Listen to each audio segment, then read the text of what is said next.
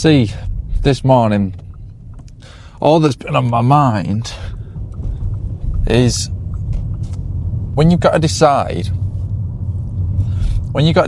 whether to push or rest. And I think I've talked about this before, maybe, but I'm in a situation now, so my neck's still kind of bad.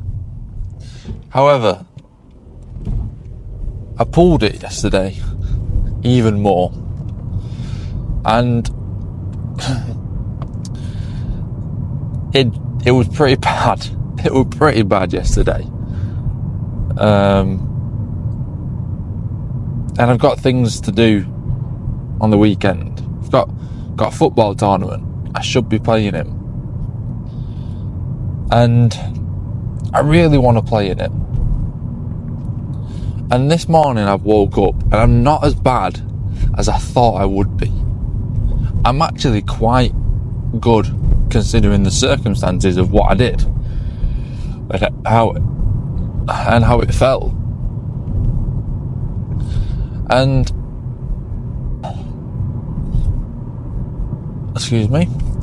And it's me deciding, do I rest or do I push? Because I reckon I probably could be okay. I won't be 100%, don't get me wrong. And then there's also a risk. God, what's going on? And there's also a risk of if I get injured after that, because my priority is work. My priority also is being able to, during the week, still exercise and sort myself out. Whereas if I risk it for this one situation and it goes bad, it'll be pretty bad. And we can't really afford that. And I just always wonder about this decision to stick or twist, to stay and rest and take it a bit easy and not, you know what I mean, not risk something. I mean, you know, if I did injure myself, I'd be looking at it and I'd be saying, oh, God, I risked it over that. And obviously hindsight is fantastic. And you go, I knew I shouldn't have done it. But this is a situation where I'm like, yeah, I would regret it if I got injured more. All just for this tournament.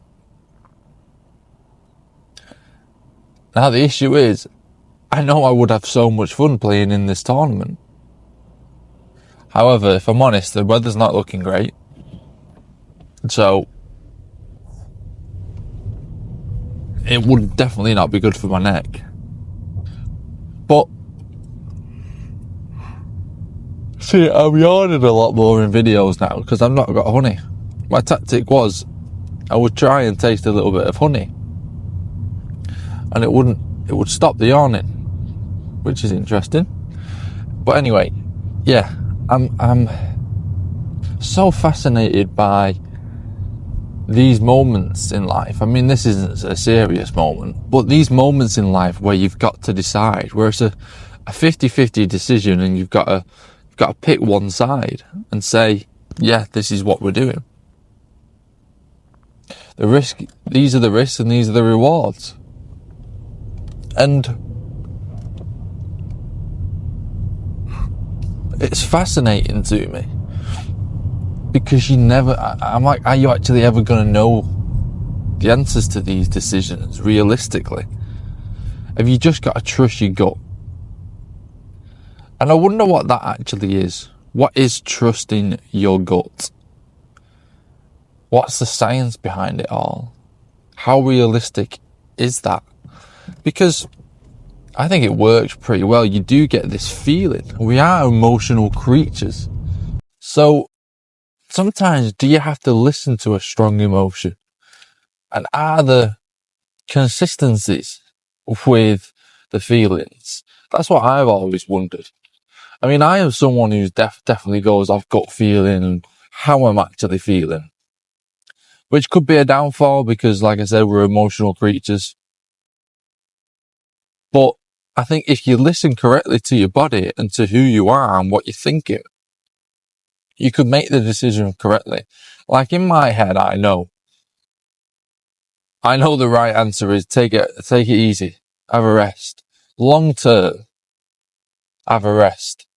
Because you don't know the effects that this has had. I mean, I've had other injuries that down the line lead to something else. And I remember when I realized that,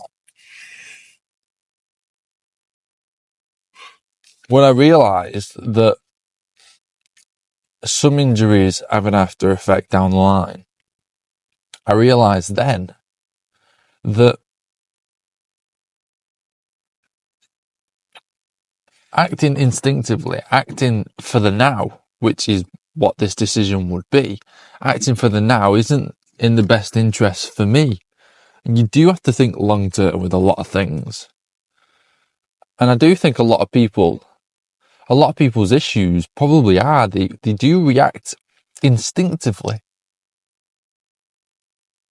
They react for the now. I've never been that sort of person that reacts aggressively and emotionally in the moment. God. I've never been the person to react emotionally and instinctively and like aggressively and to just flip out. I always seem to have my emotions a bit in check and I have a bit of a barrier that says to me, no, don't be rash.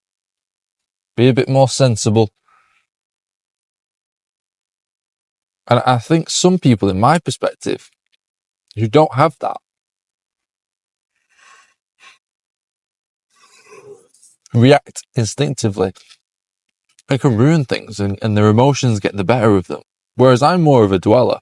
I sit on something and think about it for a very long time, normally, to come up with my decision. Now, both have the positives and both have the negatives. That's for sure. But I do like my method a bit more where you think about it. I feel like you make less emotional mistakes. And I weigh up both sides. And like this situation, emotionally, I'll message everyone now and be like, yeah, I'm playing. But the thing is, it's Wednesday. It's the middle of the week. And I've still got more work to do. What happens if I injure myself again? Or what happens if it doesn't get better? You know? What happens if, a bank holiday weekend, you don't get to enjoy your weekend now because of your neck? You're sacrificing for one day. And I go back to this other thought I've been having recently, and it's how I want to actually spend my time. And because I'm enjoying life so much, and I'm loving life so much, I'm getting a bit particular about my time. I'm being careful and thinking, how long will this set me back if I do this and I get injured? If I'm off work, how much does that cost me? And then therefore, how much does that cost me in the long term?